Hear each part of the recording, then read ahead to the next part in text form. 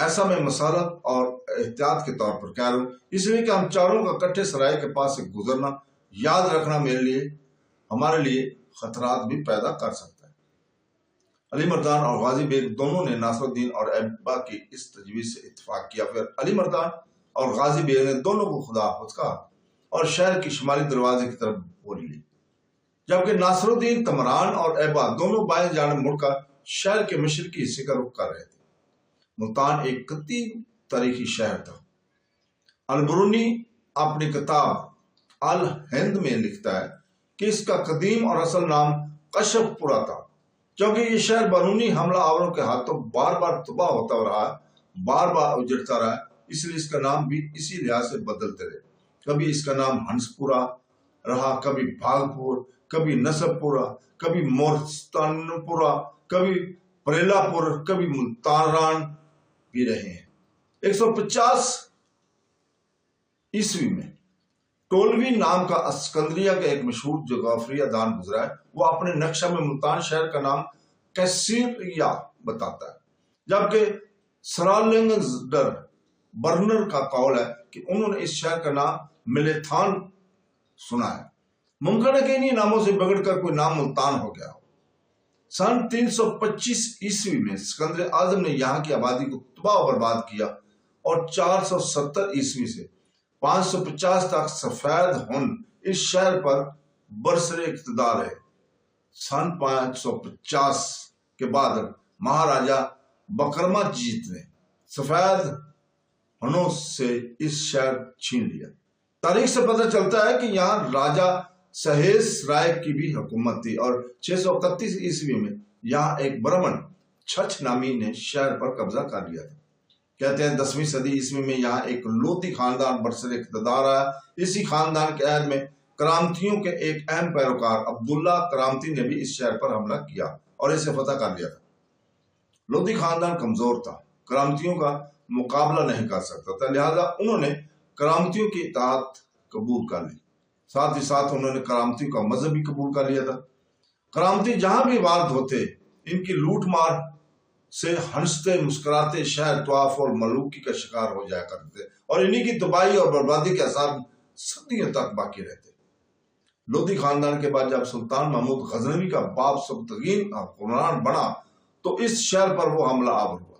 یہاں کے لودھیوں نے اس کی اطاعت قبول کر لی۔ اس کے بعد پھر کرامتی اپنے ایک سردار جلم بن شبان کی سرگردگی میں ملتان پر حملہ آور ہوئے اور وہاں انہوں نے اپنے اقتدار قائم کر لیا تھا۔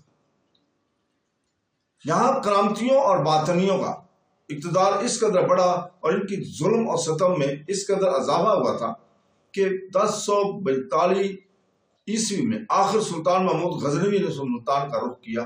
باطنیوں اور کرامتیوں کا اس نے خوب قتل عام کیا اور اس شہر کو اس نے فتح کر لیا، لیکن سلطان محمود غزنوی کے بعد یہاں باطنیوں اور کرامتیوں کا پھر زور ہو گیا تھا۔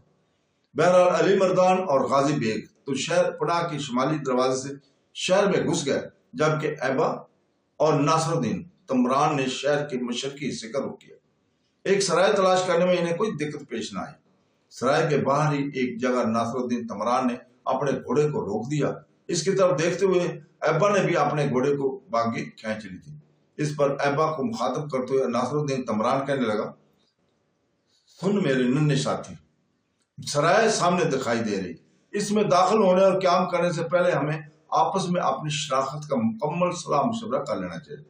دیکھو، سرائے میں داخل ہونے کے بعد جب سرائے کا مالک ہم سے پوچھے گا کہ کہاں سے آئے ہو تو ہمیں پہلے سے طے کر لینا چاہیے کہ ہمیں کیا جواب دینا چاہیے۔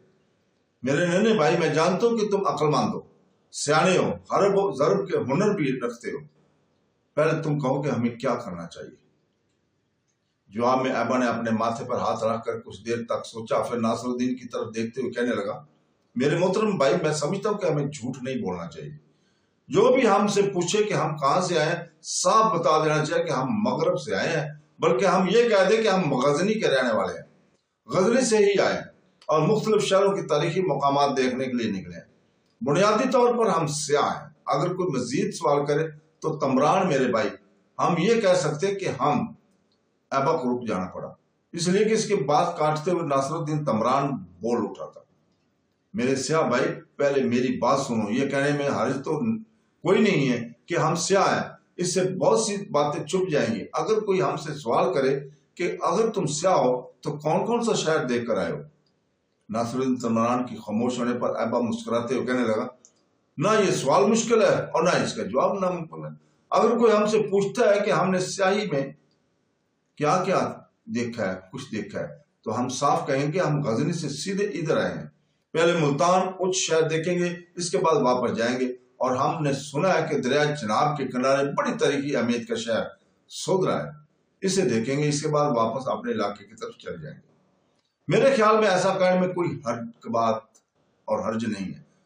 ہم سے مزید کوئی سوال کرے گا، اگر ہم یہ کہہ دیں کہ ہم فلاں فلاں شہر دیکھ کر آئے ہیں، تو تمران میرے بھائی، اگر ہم سے پوچھنے والے نے وہ شہر دیکھے ہوئے ہوں اور ان شہروں سے متعلق ہم سے کوئی سوال پوچھ لیا اور داغ دیا، تو یاد رکھنا ایسے دھر لیے جائیں گے کہ زندگی بھر جان نہیں چھوڑے گی، اور میرے خیال میں باقی زندگی میری تیری زندان میں ہی گزرے گی۔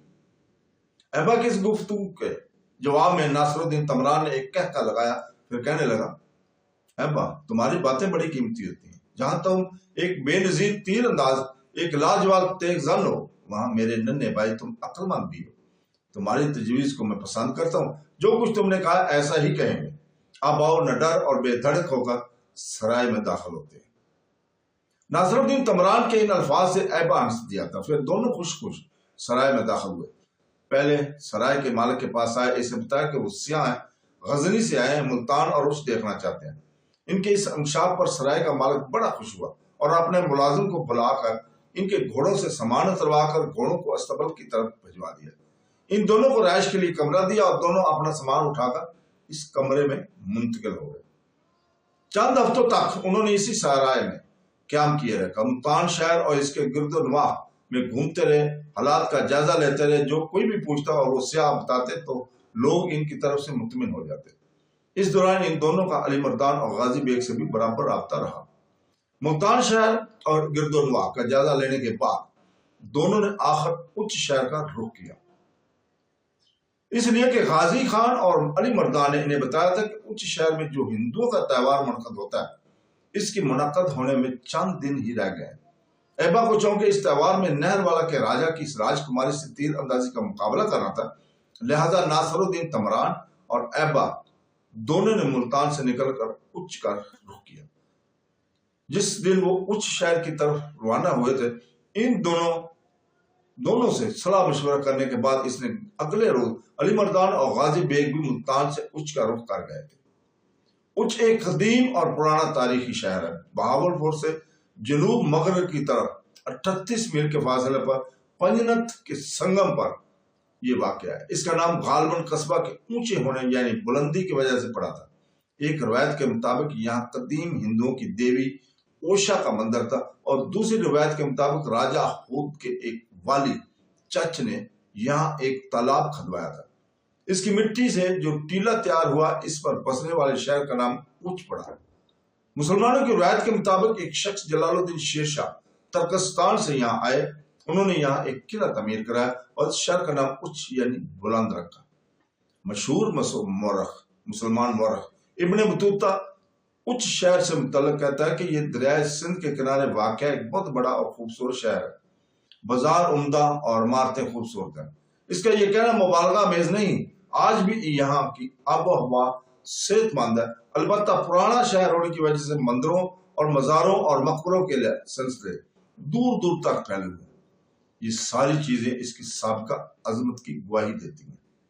موجودہ شہر 3 حصوں پر شہروں سے ملا ہوا ہے۔ قریب ترین ریلوے اسٹیشن احمد پور شرقیہ ہے، جو یہاں سے 12 میل کے فاصلے پر واقع ہے۔ محمد بن قاسم کے وقت یہ شہر سیاسی اور معاشی اعتبار سے ہی نہیں بلکہ تہذیب و تمدن کے لحاظ سے بھی بے مثال تھا۔ محمود غزنوی کے زمانے سے یہاں اسلامی علوم کی آمد ہوئی اور مولانا صفی الدین غازوی کے زیر عدالت ایک اسلامی درسگاہ اچ میں قائم کی گئی تھی۔ رفتہ رفتہ اچ کا علمی مرتبہ اتنا بڑھ گیا کہ پورے بر صغیر میں اس سے بہتر کوئی شہر نہیں سمجھا جاتا تھا۔ منگولوں کے حملوں کے دور میں علماء اور فضلاء میں سے اکثر نے اچ کا رخ کیا اور یہاں سکونت اختیار کر لی تھی۔ اگرچہ منگولوں نے شہر کو کئی بار تباہ و برباد اور تاراج کیا، مگر اس کی اہمیت اور حیثیت پر کبھی کوئی فرق نہ آیا تھا۔ 1398 میں جب تیمور لنگ نے دلی پر حملہ کیا تو وہ کچھ ہی کے راستے دلی کی طرف روانہ ہوا تھا۔ ہمایوں کے عہد میں یہ شہر دلی کے ماتحت آ گیا تھا۔ مغلیہ عہد کے اوغار خصوصاً اورنگزیب کے بعد اس شہر کی اہمیت اور تجارت اور آبادی میں فرق آنا شروع ہو گیا تھا۔ رنجیت سنگھ نے اس شہر پر قبضہ کرنے کی کوشش کی تھی مگر ناکام رہا۔ اس کے بعد بہرحال عباسیوں نے اس شہر کو اپنی ریاست میں شامل کر لیا۔ اس شہر نے پورے ہندوستان کو علمی لحاظ سے فیض عطا کیا۔ اس لحاظ سے یہ شہر قدیم اور پرانے دور سے ہی مشہور اور معروف شمار کیا جاتا تھا۔ تو دوستو اس کے ساتھ اجازت، اللہ حافظ۔